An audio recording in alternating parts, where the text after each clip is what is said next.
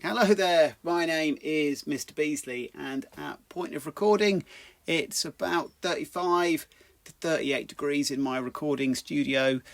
I'm very hot, but despite all of that, today we're going to be talking about a very important part of Romeo and Juliet, the opening of Act 3, Scene 1, which is undoubtedly one of the most significant in the whole play, and one which will propel the tragic characters towards their inevitable fate. The stage directions tell us that the scene is set, as I've highlighted here, in a public place, which is relevant because the action that unfolds is going to be witnessed by a number of Verona's citizens, just like, if you remember, at the beginning of the play in Act 1, Scene 1. And the first thing to say that I believe is helpful sometimes is to look for patterns of images, and in this scene there are a number of images connected to hot and cold, and these images are used both literally to describe temperature, particularly with heat, and metaphorically to describe the mood of the characters.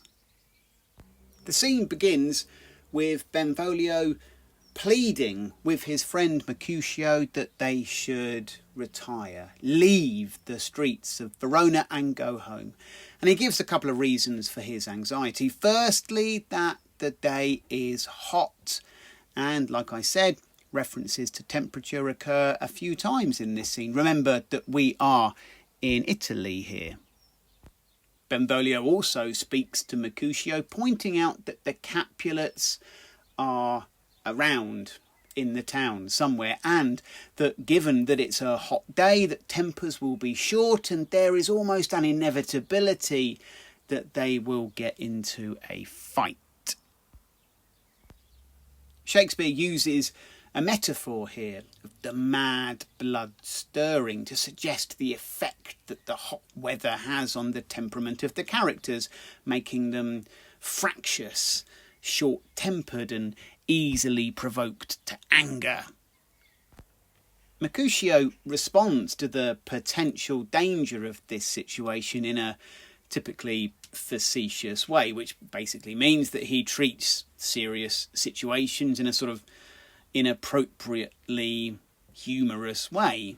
Here, he makes fun of Benvolio, accusing him of being the sort of short-tempered person who would get into arguments, and gives a number of presumably accurate examples of the arguments Benvolio has got himself into. Now, this presents a really different side to the character of Benvolio, who up until this point has been portrayed very much as a peacekeeper. Remember that in Act 1, Scene 1, Benvolio comes between the fighting servants, ordering them to put away their weapons. But according to Mercutio, Benvolio is just as likely to start an argument as resolve one. Firstly, Mercutio accuses him of being the sort of person who would go into a pub, put his sword on the table and say, "I hope I have no need to use you in here." But by the time he's had a couple of pints, he will use the sword to threaten the bartender, even though there's absolutely no reason to do so. For his part, Benvolio seems, incredulous. He simply can't believe what it is that he's being accused of here. Mercutio responds with a similar lack of belief that Benvolio isn't aware of his own short temper. He says, "Oh, come off it. You are as hot a jack in thy mood as any in Italy." And this is the second reference connecting heat to short temper. Now, the next bit is a bit tricky because Shakespeare is basically playing with the words moved and moody, which, because they have the same vowel sound, create an effect called assonance. But basically what Mercutio is saying about Benvolio is that he is just as likely to be inclined towards moody behaviour as he is to be in the mood to be provoked into an argument. Benvolio's reply of, "And what to?" is challenging Mercutio to come up with some examples of this short-tempered behaviour. In order to prove his point, Mercutio obliges. Beginning with the cleverly witty riposte that Benvolio is so short-tempered that if there were two of him, then they would both be dead shortly because the one would kill the other.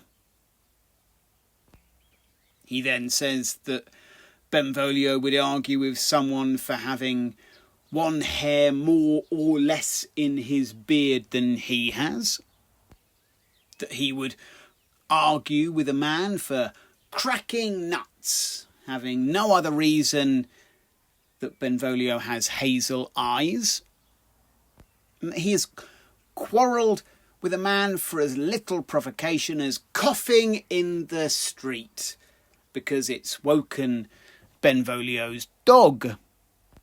Apparently, Benvolio has fallen out with two tailors, one for wearing a new jacket before Easter, which was actually quite a popular superstition in Shakespeare's time, where it was considered unlucky to wear new clothes at Easter. And there was a couplet which goes like this: "At Easter let your clothes be new, or else be sure you will it rue." This was recorded in a book called Paul Robin's Almanac. The second tailor that Benvolio allegedly fell out with had tied up his new shoes with old laces, which apparently Benvolio took great offence at. Now listen, how much of all of this is serious and how much playful exaggeration by Mercutio is unclear. On stage it could be played out either way. If you go onto YouTube and compare the way that Franco Zeffirelli's Mercutio delivers the line compared to Baz Luhrmann's Mercutio, where one seems genuinely cross and accusatory, while the other is much more playful. In the middle of this long line of accusations is the simile that says, "Thy head is as full of quarrels as an egg is full of meat.